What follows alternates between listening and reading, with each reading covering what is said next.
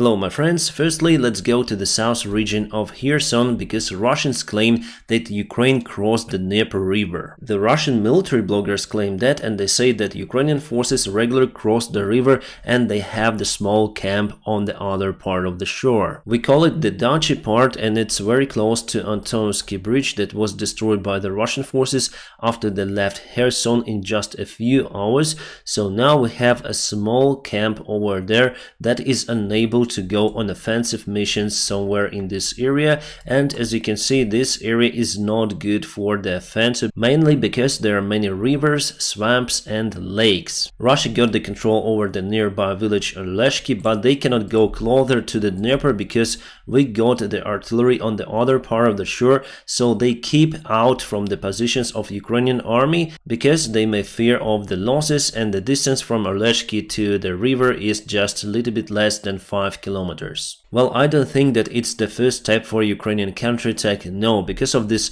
natural obstacles it's just a bad idea to go forward from this place. But to have the military camp on the other part, mostly Russian-controlled territory, is kind of the good idea. But there is a better place for the possible counterattack, and it is near to Nova Kakhovka. Here you can see there are no any swamps, nothing, and you may use this island to cover the advancement of the troops. And locals from Nova Kakhovka reported the shooting inside the city today. I'll turn on the audio for you to hear it. Серьезная перестрелка.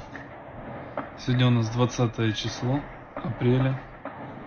Город Новая Kakhovka. Hopefully you might be able to hear the sounds of the shooting, and this guy who was filming, he says that he lives in Nova Kakhovka. And Russia also destroyed this dam over here. Yes, it didn't lead to the natural disaster because the main part is still okay, it holds the water, but it's kind of tricky to make the repairs of this dam because Russians are very close in Nova Kakhovka and they may fire back. So from one side you don't have those natural obstacles on the other shore, but Russia may use Nova Kakhovka to cover their troops. So I would say it's still not ideal place to land the forces, but somewhere here it could be possible. And Ukraine got some sort of the speedboats from the United States of America, around 50 of them. It is enough for some sort of the average mission. Maybe with those boats we might try to liberate the Nova Kakhovka. And just half an hour ago it was the big explosion in Belgorod, the Russian Federation. The explosion was very big. This is the hole in the street. You can see it could be the aviation bomb. For sure it's not the drone or something like that, or it could be the artillery shell, like peon with more than 200mm caliber. But Ukrainian peons are unable to reach Belgorod with our shells. As one of the variants, it could be the aviation bomb that dropped down from the Russian airplane. The explosion was so big that one of the nearby cars went to the roof of the nearby shop. I still don't have the information about the casualties or the wounded people around, but I do not support bombing the civilians, even Russians. Ukraine is not fighting against the Russian civilians, even though I still think that majority of Russians do support Putin's regime, but we fight against the Russians who came to Ukraine with weaponry. And also we fight against the Russian military on their territory, but only against the Russian military. And I don't believe that Ukraine made this. And yes, the car is definitely on the roof of that shop, and this is the place of explosion. And this is the perspective from the street itself. As you can see, there are some cars around, and also there are some buildings where people live, so there could be some wounded people. Just want to show you the Belgorod city, so it's kind of close to Ukraine. This is it. But still, our artillery, the peons with the standard shells, cannot reach that city. The distance is 33 kilometers, 34 kilometers. Only with the special jet shells it is possible for Ukrainian army to reach Belgorod with peon artillery. But from the information we got before from our military, they say that we haven't got any jet shells for those systems, but those shells could be delivered to Ukraine with the help of our allies. But still, I think it's just the Russian aviation bomb that separated and went down to Belgorod. that separated from the airplane and went down to the street. Russia used the local airfield to fly around and bomb the Kharkiv area, so they dropped the aviation bomb somewhere over Belgorod and it flies towards the Kharkiv and nearby place to the Russian border. They used the similar gliding bombs as United States provided Ukraine with. They called JDAM, but Russia has the other word for that. Till this moment, however, I don't have any proofs and just my own thoughts about the case. Right, coming close to Bakhmut, there is some movement. It was yesterday and it is today. Russia took a couple of quarters in this area. I wonder if this bridge was also destroyed across the railways, but it seems like it survived and Russia now took control all over the railroad and now able to go to this base. This is the military base of 54th Brigade as far as I remember, and from this part they may go to attack on every direction of the city, the western side of it.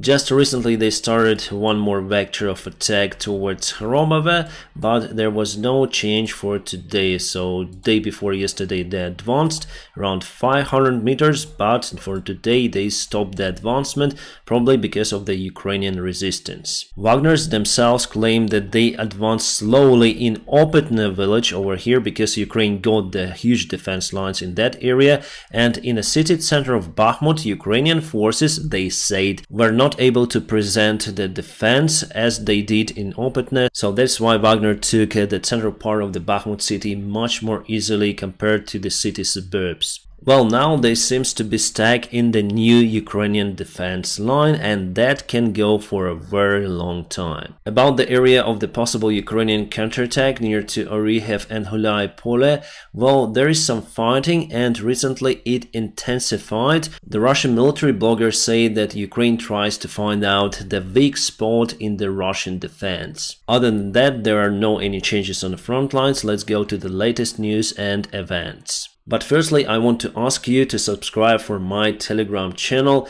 It's my alternate resource if something goes wrong with my YouTube channel, and I upload there more often compared to YouTube. We are very close in reaching 140,000 subscribers on Telegram, so my friends, join me there. Alright, we have some breaking news. Russia admitted that it was the unintended separation of the aviation bomb from the Sukhoi Su-34 of the Russian Air Force. The separation was over the Belgorod city, and yes, you saw the result. They also say that there are no casualties and investigation is ongoing. Well, at least they admitted it. I think that Russians who were living very close to that explosion area are just lucky not to be at that particular spot at that particular time. Well, it was quite late for them and mostly people were in their flats, apartments, and there were not many cars on this road, even though the Belgorod city is not under the constant bombing by the rockets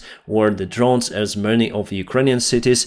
Today people felt that Russia is in war, and now there are airstrikes all over Ukraine, excluding Lugansk and Crimea, because they're occupied mostly by the Russian forces. It is like that because Russia launched MiG-31K that are capable to carry the hypersonic missiles, and their range allowed to target any place in Ukraine. I posted on my Telegram channel the video how a Ukrainian officer punches the private during the training. Well, that officer is under the investigation right now and he may obtain around 12 years in prison. Luckily, the video appeared on the media. Well, the Ukrainian army is the great one, but still there are some dickheads as in every community. And luckily, they will be punished. The United States Defense Minister Lloyd Austin has arrived to Ramstein today. This is the American military base in Germany. And tomorrow there will be a big meeting of our allies together with the Ukrainian representatives. The last time it was done online, but now they all gonna meet together, so probably we should expect something extraordinary. The long-range missiles delivered to Ukraine, or maybe jets, who knows. And this is the video showing how you shouldn't fly the FPV drone in a normal life, but Ukrainian soldiers sometimes fly it in a very close proximity to the Russian soldiers.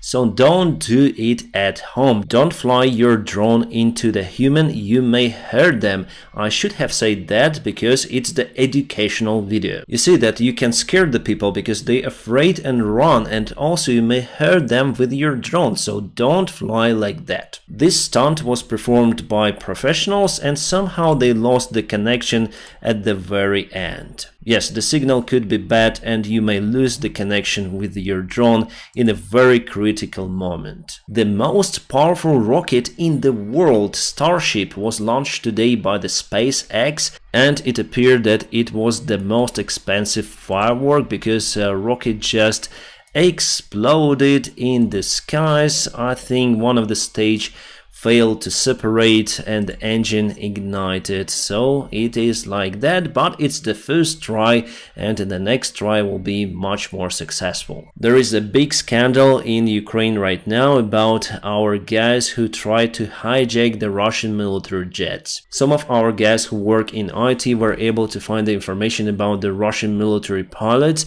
and they blackmailed them and also proposed the price if they hijack their own planes and deliver them to Ukraine. This operation was led by one of the Ukrainian agents as well, but the Russian FSB somehow understood the story and they jailed all of the pilots. And the Russian FSB agents joined this operation from their side, pretending to be the Russian pilots. They even posted some of the pictures near to the airplanes. And they had agreed for a specific date to deliver 3 of the airplanes, but Russians delivered not the airplanes but lots of the rockets to the Ukrainian airfield, killing one of the Ukrainian commanders and destroying 2 Ukrainian airplanes. Also, there was the Bayraktar base on that particular Ukrainian airfield, and there are some rumors that Russia also destroyed the hangar with Bayraktars. This failed operation was conducted last year, long time ago, but we have the details right now. And now the Ukrainian side opens the investigation against the agent who was responsible for the deal from the Ukrainian side, and also against the IT guys who were able to find the data of the Russian pilots. The good thing for Ukraine that Russian pilots were greedy, so they were jailed by their own government, let's say. But unfortunately, the Russian FSB managed to break the deal. And the military base name is Kanatovo, which is very close to Kropivnitsky. I used to study there to become a pilot, but I haven't flown on this particular airfield. Russia found the debris of the Ukrainian kamikaze drone and they ask everyone to identify it, and they think that it's the Israeli drone. But I think that it is the Switchblade 600, at least it looks like that. My friends, I'm gonna keep you updated on situation in Ukraine. Now please press the like to this video, and also if you want to support my job, there are some of the links in the video description below. You may also support me on Patreon or on the sponsorship on this YouTube channel. Thank you so much for your awesome support. My friends, I wish you all a peaceful sky wherever you are, and have a great time.